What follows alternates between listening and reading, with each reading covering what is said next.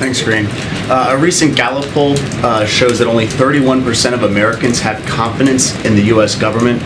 Is that number concerning to the administration at all? What the president focuses on is how he's going to continue to deliver for the American people. That's the president's focus. In the last 2 years, we've seen the data when it comes to the economy doing just that. And, you know, when people asked us why we're talking about Bidenomics now, because we understand that the American people need to hear from us directly what we have been able to do the last 2 years, how historic it has been, how we've been able to create a historic amount of jobs, 13 million jobs. You're going to hear from the president in South Carolina, a red state, a state that, again, the president said he's a president for all Americans. He's going to go right into an area for people who didn't vote for him. Many people didn't vote for him, and he's going to say how he's delivered for them when it comes to manufacturing, how we're seeing these manufacturing companies invest. And so that's what's important. We understand that some people just don't feel it quite yet as you're laying out a poll to me, but we're going to make sure that we are very clear that unemployment is under 4%, which is really important for people to know. That manufacturing jobs, 800,000 manufacturing jobs that have been created, that's really important for people to know. And so we're going to continue to make sure that we grow an economy that leaves no one behind, here, you know, when we talk about Bidenomics, it's about building an economy from the bottom up, middle out.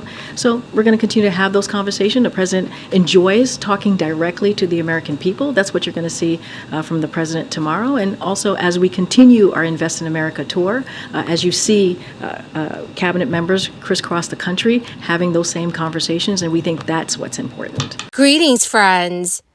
There is an update on stimulus checks. New data has just been released on how stimulus payments have helped millions of Americans and the U.S. economy. But a group of lawmakers are now saying they want to restore and expand stimulus funding. This will include the distribution of monthly payments. My dear friends, please make sure that you watch until the end of this video to learn more about this. Also, to say thank you for being part of this community, I will be announcing several winners this coming Friday for the Walmart gift card giveaway. If you'd like to enter these weekly giveaway, friends, please click and like several of my videos and then comment below the keyword of each video that you watch.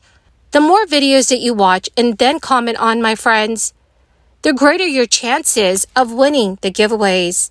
The roughly $5 trillion in stimulus spending was one of the boldest tests in U.S. history. As part of America's social safety net, proponents of the legislation that authorized the aid said an immediate outpouring of cash was necessary to keep the economy afloat during one of the most destructive public health crises ever. Many Republican lawmakers called it a waste of money that would leave the country in debt and make a recession more likely. The opposing side still disagree on the wisdom of post-crisis stimulus spending. The crisis stimulus packages had macroeconomic effects that impacted everything from the stock market and the national GDP to unemployment and inflation. The fear and uncertainty that defined the early days of the crisis led to extreme stock market volatility. But then came the first stimulus checks, which gave investors some optimism.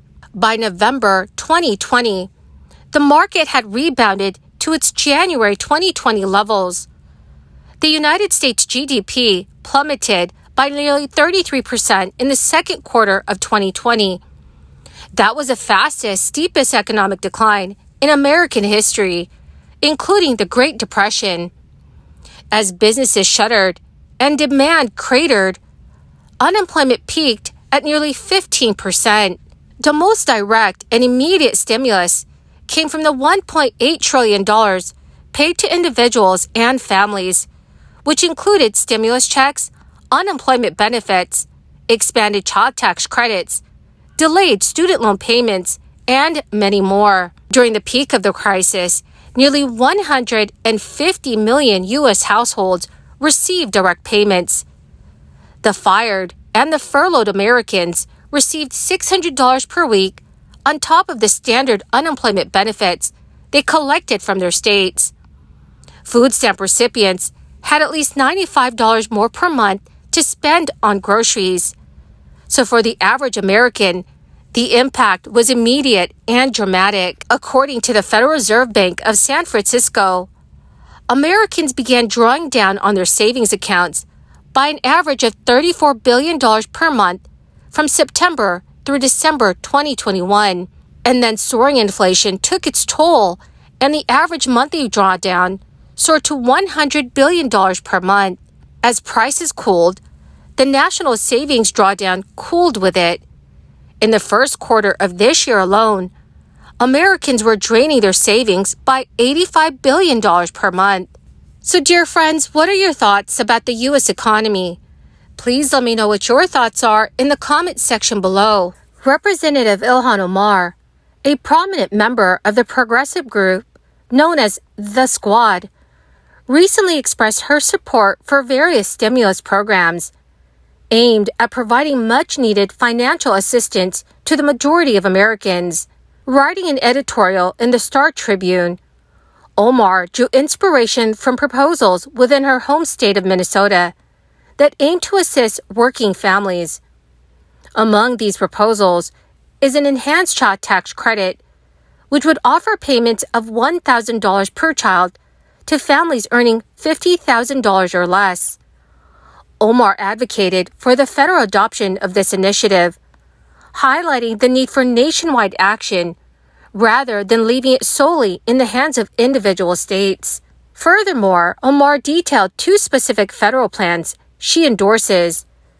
The first is a reinstatement of the expanded child tax credit, which was initially established through a stimulus bill shortly after President Biden's inauguration. This expanded credit provided parents with $3,600 annually for children under the age of 6, and then $3,000 for children aged 6 to 17.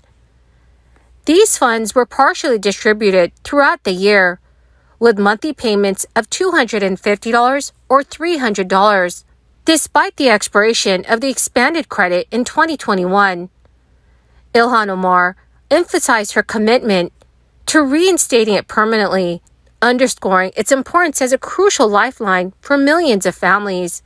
Additionally, she pledged to advocate for the passage of the Support Act, which proposes monthly payments of $1,200 per adult and $600 per child over a 5-year period.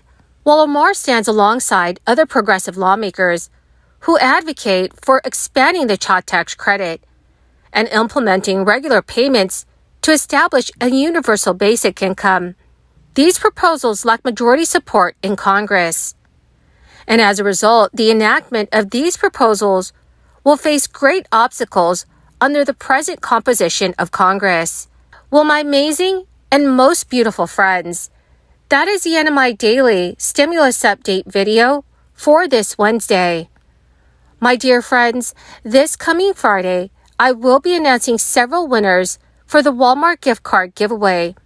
Please, friends, do make sure you enter the weekly giveaways by clicking and liking several of my videos, and then comment below the keyword of each video that you watch.